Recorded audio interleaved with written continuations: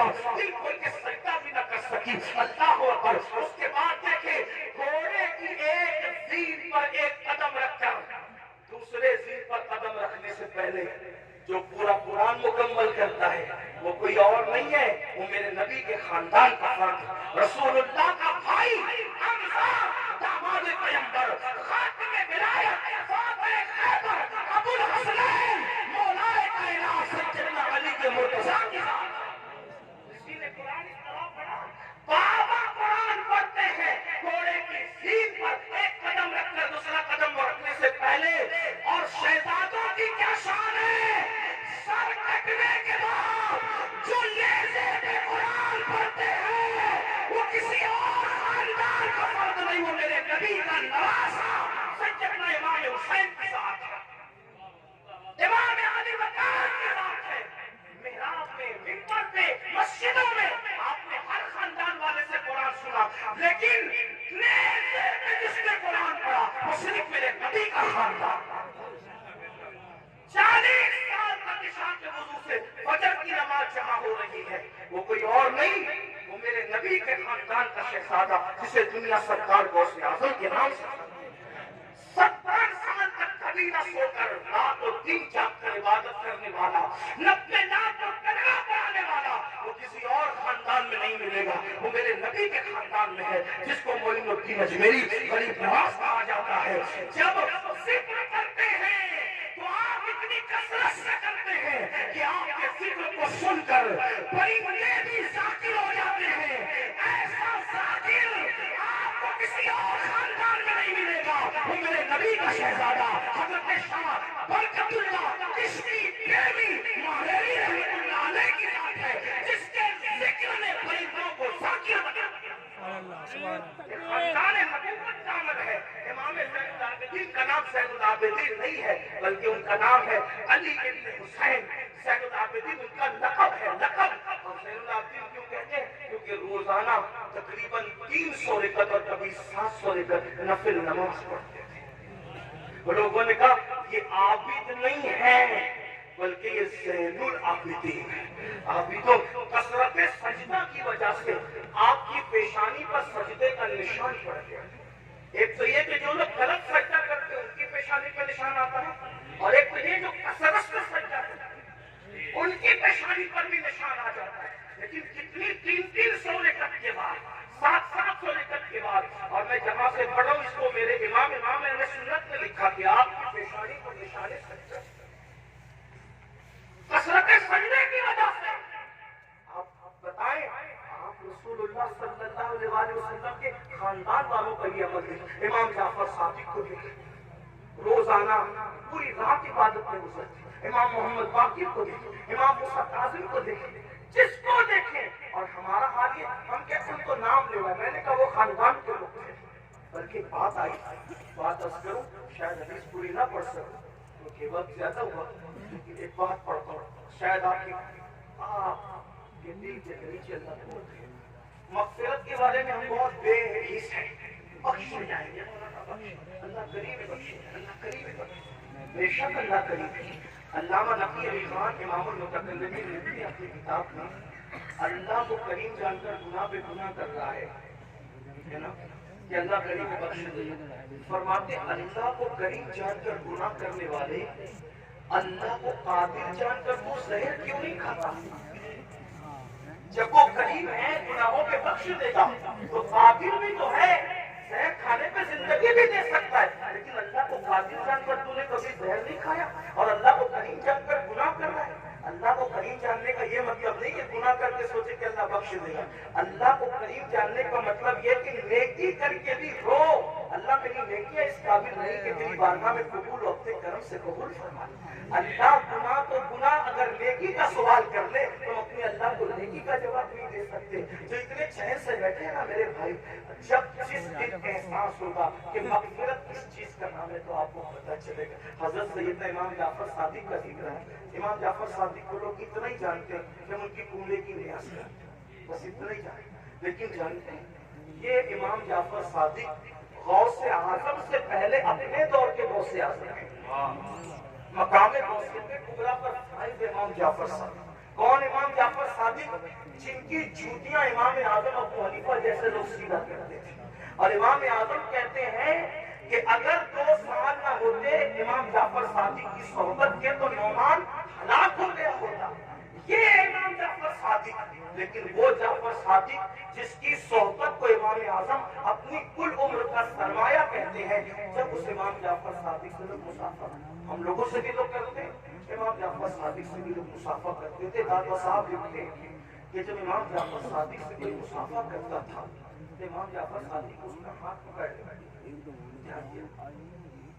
توجہ کرو، غور سے سننا اور پھر سوچنا اس پر کہ ہم کیا ہیں. امام جعفر صادق جس کے نسب میں کسی کو کوئی اختلاف نہیں، کتنا مضبوط سلسلۃ الصحاب ہے کہ جعفر صادق بیٹے ہیں امام محمد باقر کے، وہ بیٹے امام زین العابدین کے، وہ بیٹے امام حسین کے، اور وہ بیٹے ہیں حضرت مولا علی کے، اور وہ شوہر سیدہ فاطمہ کے، وہ شہزادی رسول اللہ کی. یہ سلسلۃ الصحاب ان کا نسب نامہ ہے. ہاں، اب امام جعفر صادق سے کوئی مسافہ کرنے آتا تو آپ اس کا ہاتھ پکڑتے اور ہاتھ پکڑ کر فرماتے وعدہ کر کہ اگر قیامت میں تیری بخشش ہو گئی تو تو اللہ کی بارگاہ میں میری سفارش کرنا کہ اللہ جعفر صادق کو بخش، اس کو معاف کر. توجہ کریں، اگر اس اسٹیج پر یہ جو بڑے بڑے علماء مفتیان کرام سادات کرام بیٹھے ہیں، مفتی آفاق صاحب کے صاحبزاد ہیں اور بھی علماء ہیں، اگر کوئی کسی عام آدمی کا ہاتھ پکڑ کے کہے کہ اگر تیری بخشش ہوگی تو تو میری بھی سفارش کر دینا، مغفرت میری کروا دینا، تو وہ کہے گا کہ حضرت یہ کیسی بات کر رہے ہیں آپ لوگ اللہ والے لوگ ہیں، ہم عوام میں سے ہیں، ہماری نہ غسل ہے صحیح ہے، نہ ہماری طہارتیں صحیح ہے، نہ ہمیں نماز پڑھنے کا طریقہ آتا ہے، آپ ایسی کیسی بات کر رہے ہیں. اب جب یہ ممبر پہ بیٹھے ہوئے اللہ والے کسی سے یہ بات کریں تو تعجب ہوگا، یہ جائے کہ امام جعفر صادق ایسا سید جس کی غلامی امام اعظم جیسے لوگ کریں، وہ جو ہے علم کے معاملے میں ان جیسا ان کے دور میں کوئی نہیں تھا، تقوی کے معاملے میں ان جیسا کوئی متقی نہیں تھا، عبادت کے معاملے میں ان جیسا کوئی عابد ان کے دور میں نہیں تھا، اور وہ لوگوں کا ہاتھ پکڑ کے کہتے وعدہ کرو کہ اگر تمہاری بخشش ہو گئی تو تم میری سفارش کرنا، میری مغفرت کروانا، میری سفارش کرنا، شفاعت کرنا. اور لوگ پلٹ کے کہتے امام آپ تو سید ہیں، آپ تو سید اہل رسول ہیں، ہم آپ کی کیا سفارش کریں گے، آپ کے نانا شفیع المسلمین ہیں. امام جعفر صادق روتے ہوئے جواب دیتے رونا تو یہی ہے کہ ہم سید ہیں. توجہ کہتے رونا تو یہی ہے کہ ہم سید ہیں، کیونکہ ہم اس بات سے ڈرتے ہیں کہ ہمارے نانا کو ہم منہ کیا دکھائیں گے، نانا کو منہ دکھانے کی ہمت نہیں ہے قیامت کے دن. یہ حال ہے ان کا جن کی سیادت پر، امامت پر، قیادت پر، تقویٰ پر، زہد پر پوری امت کا اتفاق ہے، وہ قیامت کے دن سے اتنے لفظہ پر انداز ہے. اور جہاں جنہیں غسل بھی نہیں آتا، وضو بھی نہیں آتا، جمعہ کی 2 رکعت پڑھتے مسجد سے ایسے بھاگتے ہیں جیسے اسکول سے چھٹی ہونے پر اسکول کے بچے بھاگتے ہیں. یہ حالت ہے. اور اس کے بعد ہم جنت کے ٹھیکیدار بنے. مولانا ہم جنت میں نہ جائیں گے تو کون جائے گا؟ بڑی معذرت کے ساتھ وہاں پھر دیکھا جائے گا کہ کیا ہوگا، اور وہاں پچھتانے سے کام نہیں چلے گا. آج نے ان کی پناہ، آج مدد مانگ ان سے، پھر نہ مانیں گے قیامت میں اگر مان گیا. آج راتوں کو ضائع کرنے والوں، آج راتوں کو فضول گزارنے والوں، وقتوں کو برباد کرنے والوں، یہ زندگی کا قیمتی سرمایہ اللہ نے پہلی اور آخری مرتبہ دیا ہے. خدا کے لیے اس کو ضائع نہ کرو، اس کو فضول برباد نہ کرو، ورنہ موت کی بات پچھتانا ہوگا. موت کے بعد سوائے پچھتانے کے کچھ ہاتھ نہیں آئے گا. لیکن اس دن کا پچھتانا اللہ اکبر کوئی فائدہ نہ دے گا. اس کے بعد میرے اور تمہارے آقا صلی اللہ علیہ وسلم فرماتے ہیں کچھ لوگ ایسے ہوں گے اللہ اکبر جب وہ اپنی قبروں سے اٹھیں گے. یہ تیسرا گروپ ہے، یہ تیسرا ٹولہ ہے جو اپنی قبروں سے اٹھیں گے. اس حالت میں اٹھیں گے کہ ان کے پیٹ پہاڑوں کے جیسے بڑے بڑے پیٹ ہوں گے، اور ان کے پیٹوں کے اندر سانپ، بچھو اور آگ بہک رہی ہوگی. صحابہ نے پوچھا آقا وہ کون ہوں گے؟ سرکار علیہ السلام فرماتے ہیں یہ وہ لوگ ہوں گے جو دنیا میں زکات ادا نہیں کرتے، زکات نہیں دیتے تھے. بڑے بڑے پہاڑوں کی طرح پیٹ لے کر اٹھیں گے. آج لوگ زکات بھی نہیں دیتے پوری، اور پھر کوئی پیسہ لے کے بھاگ جاتا ہے، کوئی چوری کر لے جاتا ہے، مال ٹوٹ جاتا ہے، آگ لگ جاتی ہے، کہتے ہیں ہمارا نقصان ہو رہا ہے، نقصان ہو رہا ہے. یاد رکھنا جو پوری زکات اللہ کے لیے نکال دے، میرے آقا فرماتے ہیں اس کا مال اللہ کے قلعے میں محفوظ ہو جاتا ہے، اس کے مال کی حفاظت ہو جاتی ہے۔ پھر چوتھے گروپ کے بارے میں میرے اور تمہارے آقا سچے نبی صلی اللہ علیہ وسلم نے فرمایا کہ جو چوتھا گروپ قبر سے نکلے گا اس کے منہ سے خون بہ رہا ہوگا اور خون لے کر کے وہ نکلے گا۔ صحابہ نے پوچھا آقا جن کے منہ سے خون بہ رہا ہوگا وہ کون لوگ ہوں گے؟ آقا ارشاد فرماتے ہیں جو اپنے وعدوں کو توڑ دیتے تھے، وعدہ خلافی کرتے تھے، وہ ان کے منہ سے خون بہ رہا ہے۔ آج میں سمجھتا ہوں کہ شاید وعدہ خلافی کو گناہ بھی نہیں سمجھتے لوگ۔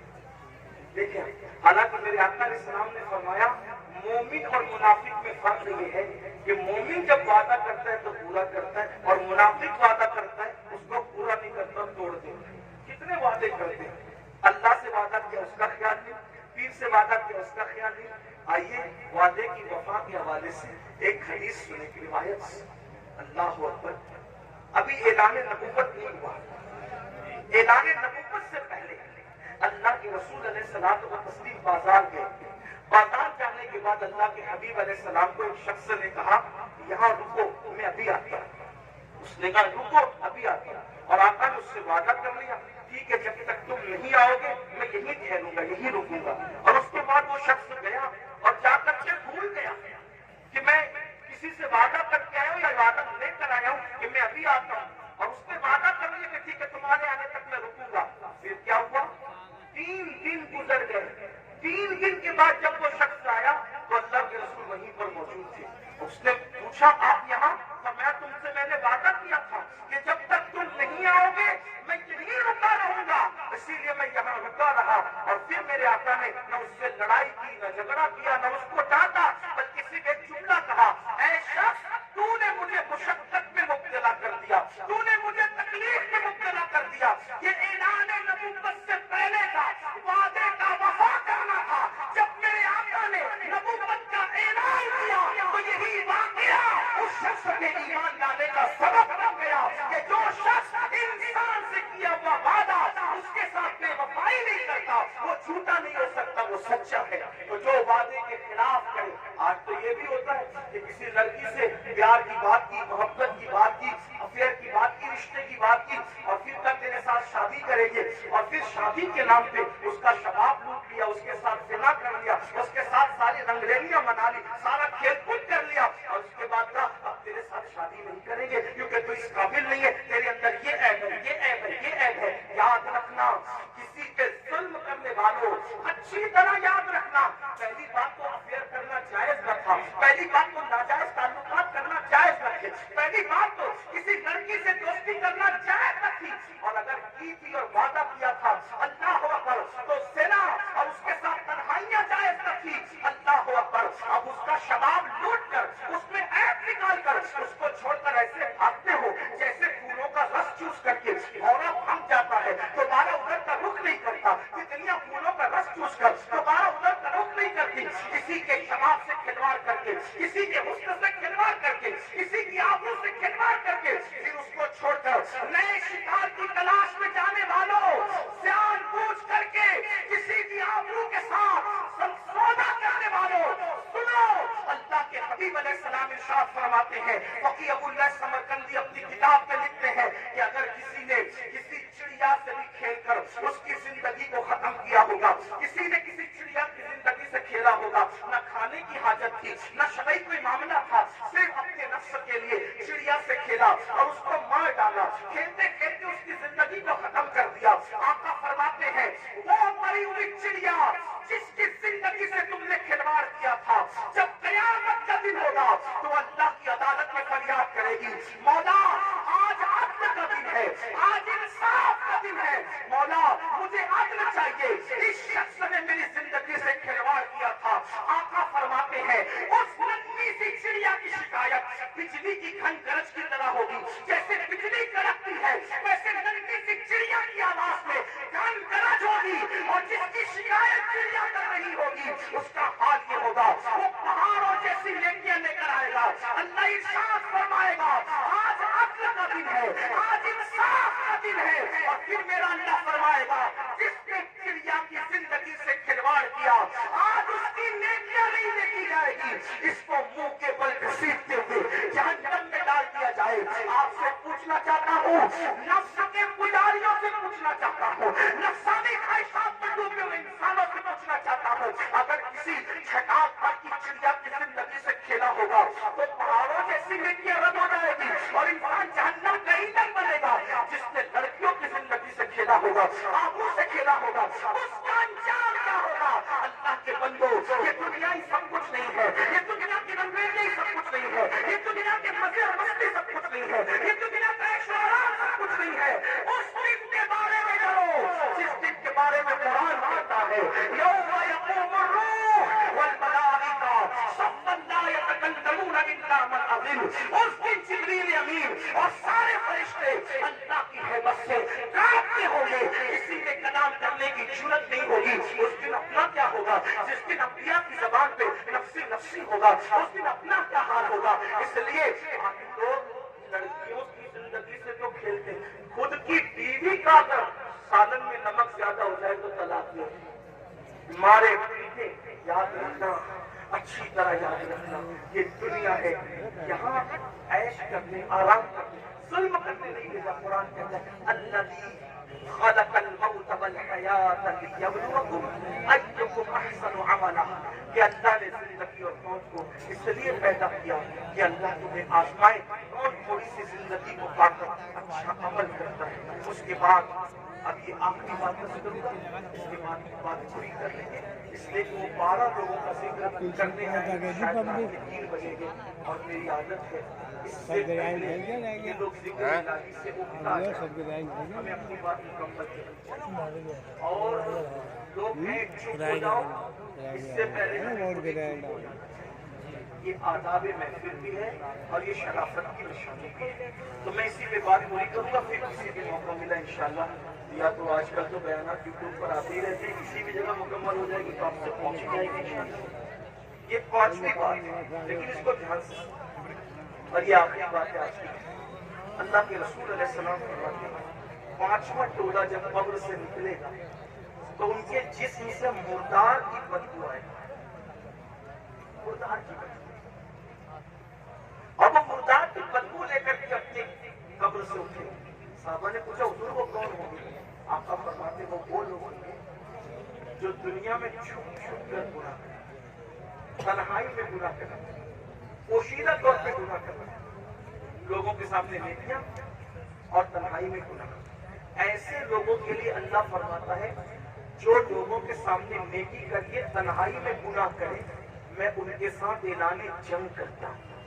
اور دوسری حدیث میں آتا ہے کہ حباء منصورہ کی تفسیر کرتے ہوئے اللہ کے رسول نے خود فرمایا, آقا فرماتے ہیں صحابہ نے پوچھا حضور یہ حباء منصورہ کا مطلب کیا ہے کہ اللہ ان کی نیکیوں کو ذرے کی طرح بکھیر دے گا؟ تو آقا فرماتے ہیں جو تنہائیوں میں گناہ کرتے تھے اللہ ان کی نیکیوں کو ایسے بکھیر دے گا جیسے روزون کے ذرات تو صرف پہ نظر آتی سے باریک کر دے گا اللہ. اتنی بے وقت ہو جائے گی ان کی نیکیاں کہ اللہ تعالیٰ ان کے ذرے ذرے کر دے گا, ان کی نیکی کوئی کام کی نہیں ہوگی, اور اللہ پاک ان کی نیکیوں کو رد فرمائے گا. والعاقبۃ للمتقین, آخرت تو متقیوں کے لیے ہے. اس سلسلے میں حضرت زید ایک بات بیان کرتے فرماتے ہیں میں قبرستان گیا, جب قبرستان پہنچا تو ایک درخت کو ٹیک لگا کر میں بیٹھ گیا, اس لیے کہ میں چاہتا تھا کہ قبروں کو دیکھ کر ایک عبرت حاصل کروں.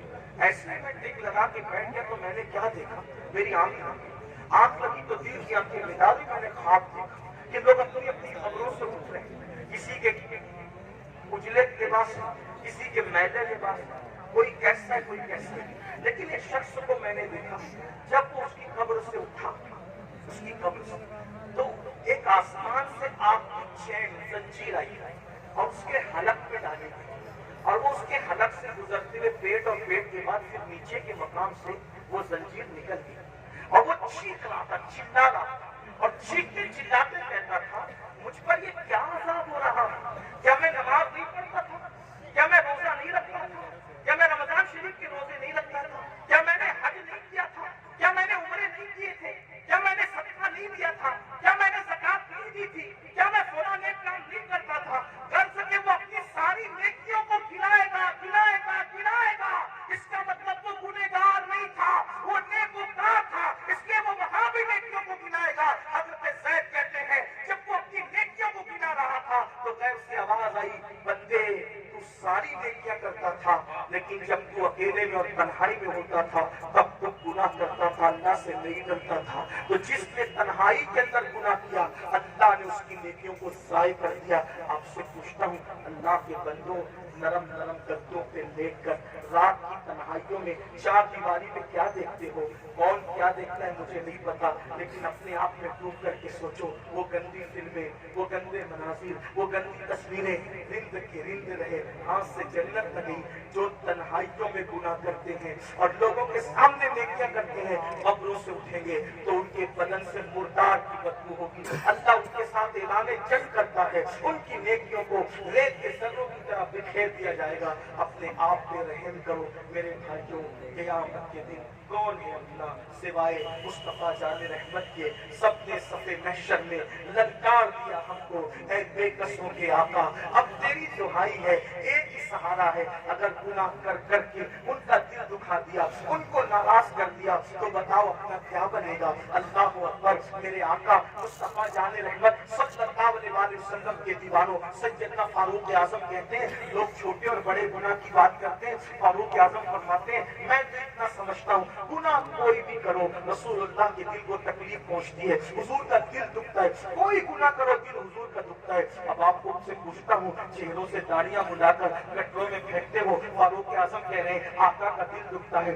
گندی فلمیں دیکھتے ہو، فاروق اعظم کہہ رہے ہیں آقا کا دل دکھتا ہے۔ کسی عورت پر بد نظری کرتے ہو، آقا کا دل دکھتا ہے۔ مسجدوں کو ویران کرتے ہو، آقا کا دل دکھتا ہے۔ نمازوں میں سستی کرتے ہو، آقا کا دل دکھتا ہے۔ کسی مومن کو گالی دیتے ہو، آقا کا دل دکھتا ہے۔ اتنا رسول اللہ کا دل قبر انور میں دکھاؤ گے، اور اس کے بعد میدان محشر میں جب شفاعت کی بھیک لینے کے لیے ان کی بارگاہ میں پہنچو گے، اللہ نہ کرے اگر انہوں نے منہ پھیر لیا اور منہ پھیر کر کے یہ کہا او منافق جھوٹے، مجھ سے عشق کا دعویٰ کرتا تھا اور میرے دل کو چھلنی چھلنی کرتا تھا، میرے دل کو دکھاتا تھا، میرے دل کو تکلیف پہنچاتا تھا۔ بتاؤ بھائیو، جب سب نے للکار دیا ہوگا تو اسی آمنہ بلال کا سہارا ہوگا، میرے آقا علیہ الصلوۃ والتسلیم کی شفاعت ہوگی۔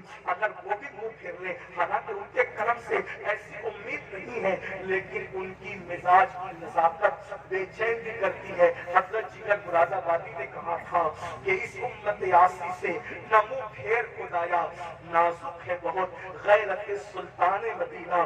میرے آقا کی غیرت بہت نازک ہے، کتنی نازک ہے اتنا اندازہ کر لے۔ ایک بار ام المومنین نے اپنے گھر کے دیواروں پہ پردے لٹکا دیے تو آقا علیہ السلام نے چہرہ پھیر کر کے یہ فرمایا کہ ہم دیواروں کو کپڑے نہیں پہناتے، محبوبہ محبوب رب العالمین اگر دیواروں پہ پردے لٹکا دے تو وہاں سے غیرت کی وجہ سے چہرہ پھیر لیا جاتا ہے۔ اتنے جرائم کر کے، اتنے بڑے مجرم بن کے حضور کے دربار میں کھڑے رہیں گے، اللہ اکبر۔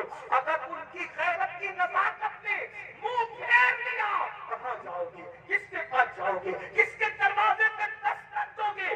اس لیے آج ان کو مناؤ، آج ان کو راضی کرو، آج ان کی بارگاہ میں معافی مانگو، ان کے وسیلے سے اللہ کی بارگاہ میں توبہ کرو، تاکہ دنیا بھی سمجھ جائے، آخرت بھی سمجھ جائے۔ اللہ پاک کی بارگاہ میں دعا ہے کہ میرا اللہ سب سے پہلے مجھے اور آپ سب کو عمل کی توفیق عطا فرمائے۔ گفتگو کے درمیان اگر کوئی غلطی ہوئی اللہ تعالیٰ معاف فرمائے۔ استغفر اللہ ربی من کل ذنب واتوب الیہ وما علینا الا البلاغ۔ السلام علیکم ورحمۃ اللہ وبرکاتہ۔ بیٹھیے، آپ کو منظر اس مدرسے سے فارغ ہونے والے طلباء